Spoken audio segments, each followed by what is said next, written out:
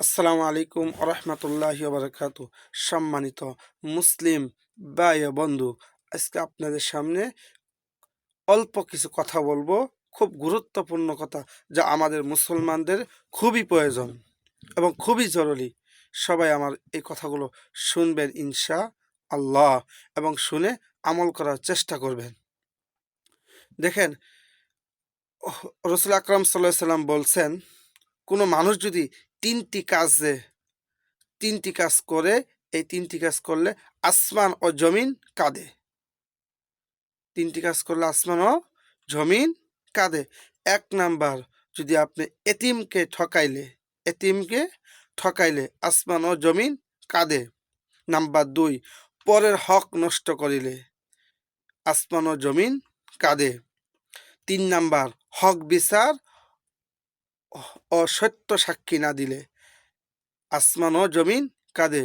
দেখেন ভাই ও বন্ধুগণ, দুনিয়াতে থাকবো কতদিন আর বাঁচবই কতদিন?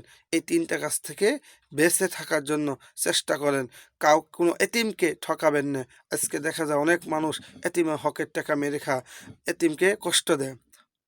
সাবধান হয়ে যান। এতিমকে যদি আপনি ঠকান, আপনি যত আমলই করেন, যত কিছুই করেন, আপনি জান্নাতে যেতে পারবেন না। আপনি মারা যাওয়ার সাথে সাথে আপনার আযাব শুরু হয়ে যাবে। পরের হক যদি নষ্ট করেন, পরের হক নষ্ট করলে কি, অন্যজনের হক মেরে খেয়ে আপনি মসজিদ একটাকে 10টাও যদি বানান, এই মসজিদ বানানি কোনো কাজে আসবে না, যে পর্যন্ত তার হক আদায় না করবেন। এই জন্যই অন্যজনের কাছ থেকে টাকা নিয়ে মেরে খাওয়া, অন্যজনের কাছ থেকে পয়সা নিয়ে না দেন না, এগুলো থেকে বেঁচে থাকার চেষ্টা করেন। এবং কি, কেউ যদি নিয়েও থাকেন, এখনো সময় আছে, ওর টাকা পয়সাগুলো ফেরত দেন। তাহলে আল্লাহ পাক ফেরত দিয়ে ওনার কাছে মাপ চায় নেন, তাহলে আল্লাহ পাক আপনাকে মাফ করতে পারে। আর যদি দিবেন না, তাহলে কি হবে? আপনার কি, দুনিয়া তো শেষ হবেই, এবং আখেরাতে যাওয়ার সাথে সাথে আপনার বিচার শুরু তো হবেই, এবং আপনার স্থান হবে জাহান্নাম। ৩ নাম্বার, হক বিচার বা সত্য সাক্ষী না দেওয়া। আজকে দেখা যায় অন্যায় করছে একজন, আর সে অন্যায়কারীকে শাস্তি না দিয়ে যে একজন ভালো লোক, তাকে আপনি ফাঁসাই দিচ্ছেন। কিয়ামতের মাঠে আপনার অবস্থা কি হবে? মনে রাখেন, আপনার স্থান হবে জাহান্নাম। আবার কিছু লোক আছে, কিছু টাকা পাওয়ার লোভে সত্যকে কি করে, গোপন রেখে মিথ্যা সাক্ষী দেয়। সাবধান হয়ে যান ওই ভাইগুলোকে আমি বলি, ভুলেও মিথ্যা সাক্ষী দিয়েন না।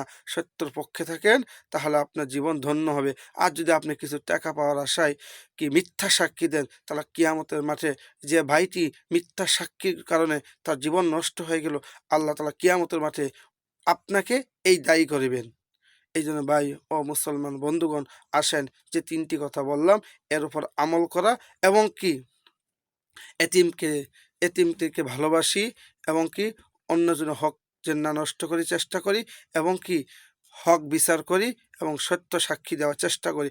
আল্লাহ তাআলা আমাদের সকলের সাথে আল্লাহ তাআলা আমার সকলকে কবুল করুক, এবং আল্লাহর হুকুমগুলো মানা, এই তিনটা কথার উপর আমল করা তৌফিক দান করুক। সকলে বলেন আমিন। আসসালামু আলাইকুম ওয়া রাহমাতুল্লাহি ওয়া বারাকাতুহু।